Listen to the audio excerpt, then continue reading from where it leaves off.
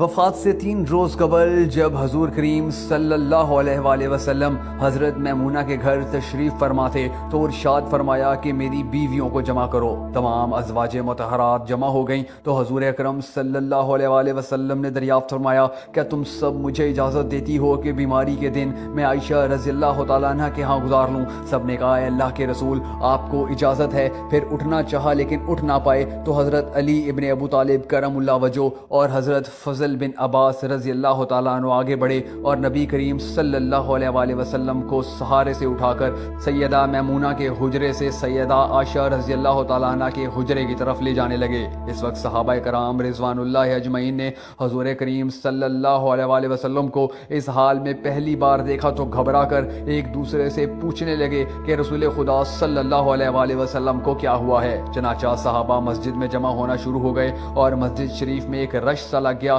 آن حضرت صلی اللہ علیہ وآلہ وسلم کا پسینہ شدت سے بہہ رہا تھا۔ حضرت عائشہ رضی اللہ تعالیٰ عنہ فرماتی ہیں کہ میں نے اپنی زندگی میں کسی کا اتنا پسینہ بہتے نہیں دیکھا۔ آپ نے فرمایا میں نبی کریم صلی اللہ علیہ وآلہ وسلم کے دست مبارک کو پکڑتی اور اسی کو چہرے اقدس پر پھیرتی کیونکہ نبی کریم صلی اللہ علیہ وآلہ وسلم کا ہاتھ میرے ہاتھ سے کئی زیادہ محترم اور پاکیزہ تھا۔ مزید فرماتی ہیں کہ حبیب خدا صلی اللہ علیہ وآلہ وسلم بس ایک ہی ورد کر رہے تھے لا الہ الا اللہ، بے شک موت کی بھی اپنی سختیاں ہیں۔ اسی اثناء میں مسجد کے اندر آن حضرت صلی اللہ علیہ وآلہ وسلم کے بارے میں خوف کی وجہ سے لوگوں کا شور بڑھنے لگا۔ نبی کریم صلی اللہ علیہ وآلہ وسلم نے دریافت فرمایا کہ یہ آوازیں کیسی ہیں؟ عرض کیا گیا اے اللہ کے رسول یہ لوگ آپ کی حالت سے خوف زدہ ہیں۔ ارشاد فرمایا کہ مجھے ان کے پاس لے چلو۔ پھر اٹھنے کا ارادہ فرمایا لیکن اٹھ نہ سکے تو آپ صلی اللہ علیہ وآلہ وسلم پر 7 مشکیزیں پانی کے بہائے گئے۔ تب کہیں جا کر کچھ افاقہ ہوا تو سہارے سے اٹھ کر ممبر پہ گئے۔ یہ رسول خدا صلی اللہ علیہ وآلہ وسلم کا آخری خطبہ تھا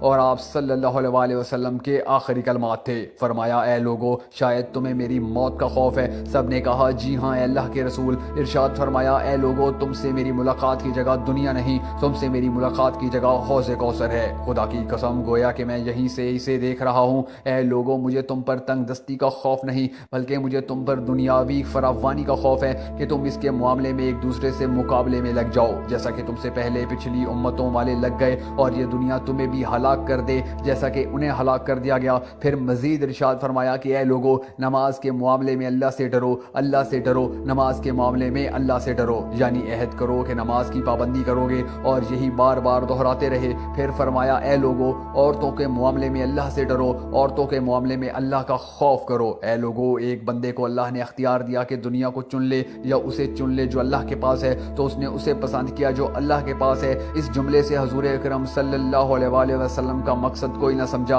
حالانکہ ان کی اپنی ذات مراد تھی۔ حضرت ابو بکر رضی اللہ تعالیٰ عنہ وہ تنہا شخص تھے جو اس جملے کو سمجھے اور زارو قطار رونے لگے اور بلند آواز سے گریا کرتے ہوئے اٹھ کھڑے ہوئے اور نبی کریم صلی اللہ علیہ وآلہ وسلم کی بات قطع کر کے پکارنے لگے ہمارے ماں باپ دادا آپ پر قربان، ہماری مائیں آپ پر قربان، ہمارے بچے آپ پر قربان، ہمارے مال و دولت آپ پر قربان۔ روتے جاتے ہیں اور یہی الفاظ دہراتے جاتے ہیں۔ صحابہ کرام رضوان اللہ اجمعین حضرت ابو بکر کی طرف دیکھنے لگے کہ انہوں نے نبی کریم صلی اللہ علیہ وآلہ وسلم کی بات کو کیسے کاٹا۔ اس پر نبی کریم صلی اللہ علیہ وآلہ وسلم نے حضرت ابو بکر کا دفاع ان الفاظ میں فرمایا اے لوگو ابو بکر کو چھوڑ دو کہ تم میں سے ایسا کوئی نہیں کہ جس نے ہمارے ساتھ کوئی بھلائی کی ہو اور ہم نے اس کا بدلہ نہ دے دیا ہو سوائے ابو بکر کے کہ اس کا بدلہ میں نہیں دے سکتا، اس کا بدلہ میں نے اللہ پر چھوڑ دیا ہے۔ مسجد نبوی میں کھلنے والے تمام دروازے بند کر دیے جائیں سوائے ابو بکر کے دروازے کے کہ جو کبھی بند نہ ہوگا۔ آخر میں اپنی وفات سے قبل مسلمانوں کے لیے آخری دعا کے طور پر ارشاد فرمایا اللہ تمہیں ٹھکانہ دے، تمہاری حفاظت کرے، تمہاری مدد کرے اور تمہاری تائید کرے۔ اور آخری بات جو ممبر سے اترنے سے پہلے امت کو مخاطب کر کے ارشاد فرمائی وہ یہ ہے کہ اے لوگو قیامت تک آنے والے میرے ہر ایک امتی کو میرا سلام پہنچا دینا۔ پھر آن حضرت صلی اللہ علیہ وآلہ وسلم کو دوبارہ سہارے سے اٹھا کر گھر لے جایا گیا۔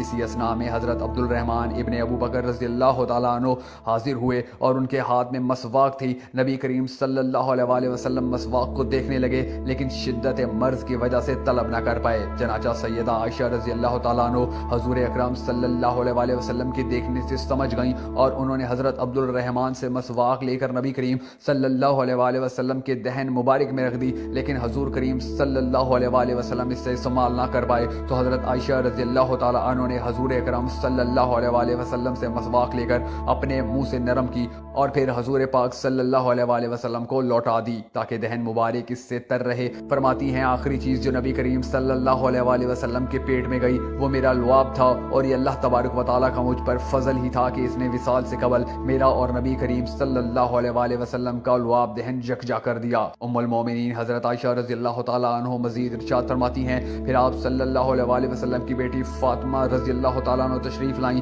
اور آتے ہی رو پڑی کہ نبی کریم صلی اللہ علیہ وآلہ وسلم اٹھ نہ سکے، کیونکہ نبی کریم صلی اللہ علیہ وآلہ وسلم کا معمول تھا کہ جب بھی فاطمہ رضی اللہ تعالیٰ عنہ تشریف لاتی تو حضور اکرم صلی اللہ علیہ وآلہ وسلم ان کے ماتھے پر بوسہ دیتے تھے۔ حضور اکرم صلی اللہ علیہ وآلہ وسلم نے فرمایا اے فاطمہ میرے قریب آ جاؤ۔ پھر حضور کریم صلی اللہ علیہ وآلہ وسلم نے ان کے کان میں کوئی بات کہی تو خاتون جنت اور زیادہ رونے لگیں۔ ان کو روتا دیکھ کر نبی کریم صلی اللہ علیہ وآلہ وسلم نے پھر فرمایا اے فاطمہ قریب آؤ۔ دوبارہ ان کے کان میں کوئی بات ارشاد فرمائی تو خاتون جنت خوش ہو گئیں۔ حضرت عائشہ فرماتی ہیں کہ نبی کریم صلی اللہ علیہ وآلہ وسلم کے وصال کے بعد میں نے خاتون جنت سے پوچھا کہ وہ کیا بات تھی جس پر روئیں اور وہ کون سی بات تھی جس پر آپ نے خوشی کا اظہار کیا؟ تو خاتون جنت نے جواب دیا کہ پہلی بار جب میں نبی کریم صلی اللہ علیہ وآلہ وسلم کے قریب ہوئی تو آپ نے فرمایا فاطمہ میں آج رات اس دنیا سے کوچ کرنے والا ہوں، جس پر میں رو پڑی۔ جب انہوں نے مجھے بے تحاشا روتے دیکھا تو فرمانے لگے اے فاطمہ میرے اہل خانہ میں سب سے پہلے تم مجھ سے ملوگی، جس پر میں خوش ہو گئی۔ سیدہ عائشہ رضی اللہ تعالیٰ عنہ فرماتی ہیں پھر آن حضرت نبی کریم صلی اللہ علیہ وآلہ وسلم نے سب کو گھر سے باہر جانے کا حکم دے کر مجھے فرمایا اے عائشہ میرے قریب آ جاؤ۔ آن حضرت صلی اللہ علیہ وآلہ وسلم نے اپنی زوجہ کے سینے پر ٹیک لگائی اور ہاتھ آسمان کی طرف بلند کر کے فرمانے لگے مجھے وہ اعلیٰ و عمدہ رفاقت پسند ہے، میں اللہ کے انبیاء، صالحین اور شہداء کی رفاقت کو اختیار کرتا ہوں۔ حضرت عائشہ صدیقہ رضی اللہ تعالیٰ عنہ فرماتی ہیں میں سمجھ گئی کہ انہوں نے آخرت کو چن لیا ہے۔ حضرت جبرائیل علیہ السلام خدمت اقدس میں حاضر ہو کر گویا ہوئے یا رسول اللہ ملک الموت دروازے پر کھڑا آپ کا انتظار کر رہا ہے۔ آپ سے پہلے انہوں نے کسی سے اجازت نہیں مانگی۔ آپ صلی اللہ علیہ وآلہ وسلم نے فرمایا جبرائیل اسے آنے دو۔ ملک الموت نبی کریم صلی اللہ علیہ وآلہ وسلم کے گھر میں داخل ہوئے اور کہا السلام علیکم یا رسول اللہ، مجھے اللہ نے آپ کی چاہت جاننے کے لیے بھیجا ہے کہ آپ دنیا میں ہی رہنا چاہتے ہیں یا اللہ سبحانہ و تعالیٰ کے پاس جانا پسند فرمائیں گے؟ تو نبی کریم صلی اللہ علیہ وآلہ وسلم نے فرمایا مجھے اعلیٰ و عمدہ رفاقت پسند ہے، مجھے اعلیٰ و عمدہ رفاقت پسند ہے۔ ملک الموت آن حضرت صلی اللہ علیہ وآلہ وسلم کے سرہانے کھڑے ہوئے اور کہنے لگے اے پاکیزہ روح، اے محمد بن عبداللہ کی روح، اللہ کی رضا و خوشنودی کی طرف روانہ ہو،